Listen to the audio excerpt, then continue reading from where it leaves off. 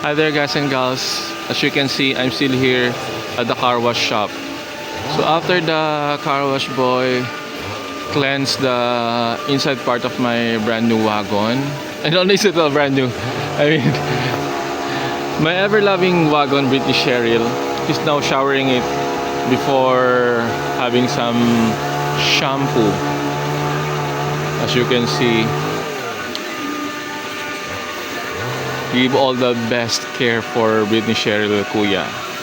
And my empty boxes are there.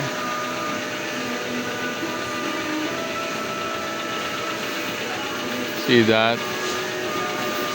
So it's a great grand showering of Britney Cheryl. As you can see, she's still lovely despite of the 2 years of being stuck in front of my house. Lovely as ever.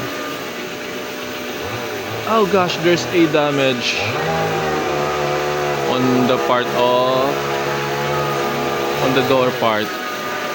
I don't know, maybe I'm thinking on that the other week. Anyway, it will get fixed.